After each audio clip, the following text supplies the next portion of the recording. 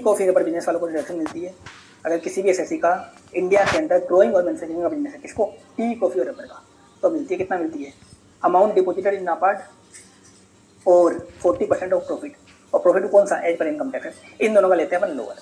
अब उस अमाउंट का क्या यूज़ करना है आपको, जो नाबार्ड में आपने जमा करवाई है, आप टी, कॉफ़ी, रबर बिजनेस में यूज़ कर लो, रेवेन्यू खर्चों के लिए भी, कैपिटल खर्चों के लिए भी। लेकिन 3 केस को गलत माना जाएगा, 3 केस में यूज़ करते हो तो मिस यूटिलाइज माना जाएगा। क्या क्या, अगर आप कोई प्लांट मशीन खरीद लेते हो ऑफिस के लिए या रेजिडेंस के लिए, या कोई ऑफिस अप्लायंस खरीद लेते हो अदर देन कंप्यूटर, या कोई ऐसी प्लांट मशीन खरीद लेते हो जिसका आपको किसी और सेक्शन में 100% डिडक्शन मिल गया, तो वो आपका मिस यूटिलाइजेशन माना जाएगा और वो अमाउंट आपकी टैक्सेबल हो जाएगी। अगला बता रखा है, अगर आप अमाउंट विड्रॉ तो कर लेते हो लेकिन उसको प्रीवियस ईयर में यूज़ नहीं कर पाते, तो जितना यूज़ नहीं कर पाए वो आपका, वो क्या हो जाएगा, आपकी इनकम बन जाएगा। आगे बता रखा है, अगर आपने अमाउंट विड्रॉ करके कोई एसेट खरीदा और उस एसेट को आप 8 ईयर के अंदर सेल कर देते हो, वो आपकी पीजीपी की इनकम बन जाएगा। अगर आपने सेल अमाउंट आपकी ज़्यादा है कॉस्ट से भी, तो जो कॉस्ट तो बन गई पीजीपी की इनकम, और जितना सेल अमाउंट ज़्यादा है वो बन जाएगा आपका एसटीसीजी। क्या बनेगा, एसटीसीजी। अब इस केस में आपकी बिजनेस इनकम और एग्रीकल्चर इनकम दोनों आएगी तो आपको अपोर्शन करना पड़ेगा। टी के केस में 40% बिजनेस मानी जाएगी, 60% एग्रीकल्चर। रबर के केस में 35% बिजनेस, 65% एग्रीकल्चर।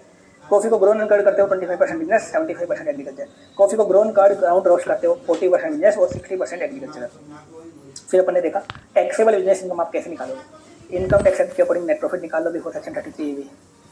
अगर आपने अमाउंट नाबार्ड में जमा करवाई है तो डिडक्शन ले लो 33AB का। ड्यूरिंग द ईयर कोई अमाउंट मिस यूटिलाइज है वो टैक्सेबल कर दो। कोई अमाउंट आपने विड्रॉ करी, यूज़ नहीं करी, टैक्सेबल कर दो।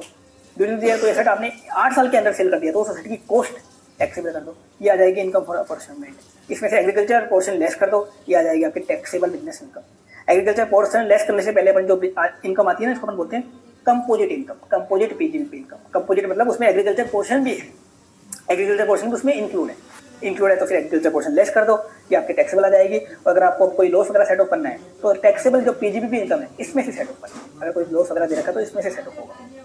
फिर अपन ने देखा petroleum natural gas same to same वही था, बस यहाँ पे क्या था, डिडक्शन कितना मिलता है 20%, यहाँ 20% की लिमिट है, वहाँ 40 थी, यहाँ 20%। यहाँ आपको अमाउंट किसमें यूज़ करना है, जो पर्पस पेट्रोलियम नेचुरल गैस की मिनिस्ट्री ने बता रखा है उस पर्पस में आपको यूज़ करना है, और बाकी सेक्शन बिल्कुल सेम था। फिर देखा अपन ने सेक्शन 35 साइंटिफिक रिसर्च के पर कोई खर्चा किया आपने, इन हाउस खर्चा किया, आउटसाइड किया, सारा का सारा आपको अलाउड हो जाता है, सारा का सारा अलाउड हो जाता है। लैंड का डिडक्शन यहाँ नहीं मिलता, बाकी सारा अलाउड हो जाता है। फिर अपन ने देखा इसमें expense for obtaining telecom spectrum या टेलीकॉम लाइसेंस, सेक्शन 35AB है, 35AB भी लगता है।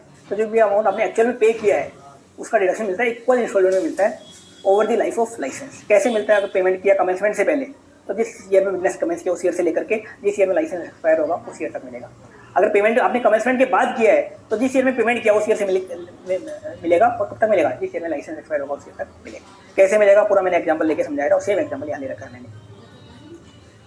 इसके अलावा उसके बाद आपने देखा था 35AD स्पेसिफाइड बिजनेस में अगर कोई कैपिटल खर्चा करते हो लैंड, गुडविल, फाइनेंशियल इंस्ट्रूमेंट को छोड़ के, तो उसका 100% आपको डिडक्शन मिल जाएगा, चाहे बिफोर कमेंसमेंट करो चाहे आफ्टर कमेंसमेंट करो। बिफोर कमेंसमेंट करते हो तो कमेंसमेंट वाले ईयर मिल जाएगा, आफ्टर कमेंसमेंट करते हो तो जिस ईयर में खर्चा है किया है उस ईयर में मिल जाएगा। स्पेसिफाइड बिजनेस क्या होते हैं वो अपन ने देख लिए थे, काफ़ी सारे होते हैं।